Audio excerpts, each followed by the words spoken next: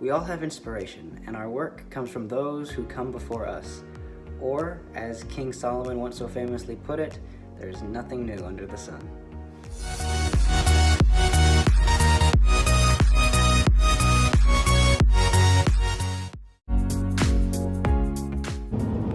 While copying on a large scale is plagiarism and illegal, copying on a small scale, I think, happens a lot more often than we realize, because copying on a small scale allows us to kind of isolate certain elements of somebody else's form or work and really practice and get down their type of style or their format or virtually any other isolated piece that they are really, really good at, and it allows us to then kind of take that out and practice it so that we ourselves can also get really, really good at it. I'll give you an example. So some of my blog posts that I write are specifically tailored for me going after a certain type of format or style, and I'm typically mimicking other authors that I look up to and other authors who I really enjoy how they write and how it reads and all that kind of stuff. So I then try to take that and apply it to my own writing by copying their format and their style solely almost just as practice so that I can better understand it and then apply it to other things. And this works for virtually every single person and virtually every single project. You can find something that inspires you, and then you can kind of go back to whatever your inspirations are, and then you can take that and use your inspirations and kind of isolate out these little elements that you think are really, really good and their high points, and you can copy those specific little things on a smaller scale by practicing them and kind of getting them down and understanding them. And then once you've got them down to the point where you can do it almost as second nature, then that's when you can start to applying it to your own projects and your own work, and then it begins to really flourish and benefit people in the long run.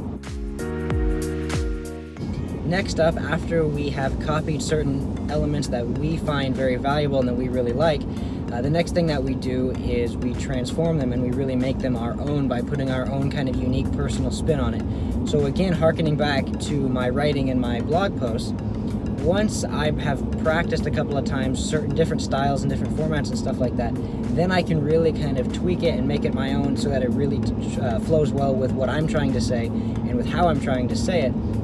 So it is still the style or the format that I got from another author.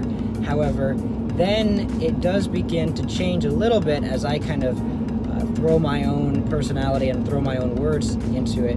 And this again works with anything. I mean, if you take the kind of the framework of somebody else's project and then throw your own stuff at it, it's automatically going to be, yes, similar to whatever your inspiration was, but it's also going to be uniquely your own because it's going to have the unique aspects of it that are solely from you and that solely represent you.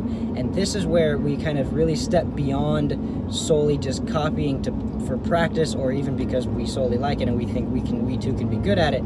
This is where we begin to take things and really make them our own and really begin to grow as individuals and begin to make stuff that is really uniquely our own and be able to even come up with more nuanced ideas than just solely kind of constantly going back to our pool of inspiration to get ideas. So transformation really helps us grow, and it also helps us put our unique kind of brand and our trademark on things as well.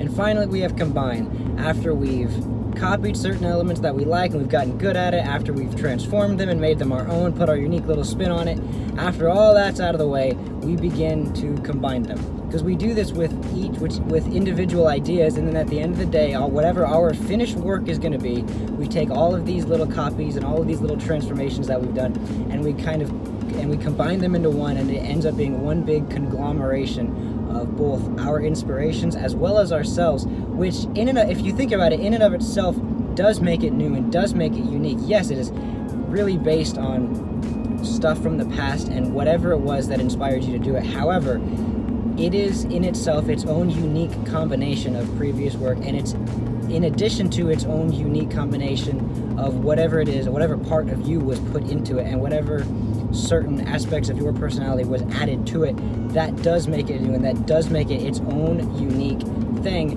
And through these three steps, by copying, by transforming, and then by combining, yes, everything has been done before. Everything is a remix. However, at the end of the day, it does produce new content and new combinations of previous work that this world has not seen before. And I think that in and of itself should go as an inspiration to all of us, because as I said in the intro, there is nothing new under the sun. However, there is such a thing as a new combination. We can combine things in different ways and come up with new ideas based on that, by taking previous works, by using that, by allowing that to inspire us, and by adding our own unique characteristics and our unique traits to the picture as well. We can come up with something truly special, because all of us have something in us that no other person has. Nobody else can do it the way we can. And that in and of itself should inspire us to go forth, to work our butts off, to just do as much as we can, and to come up with as much unique, amazing content as we possibly can.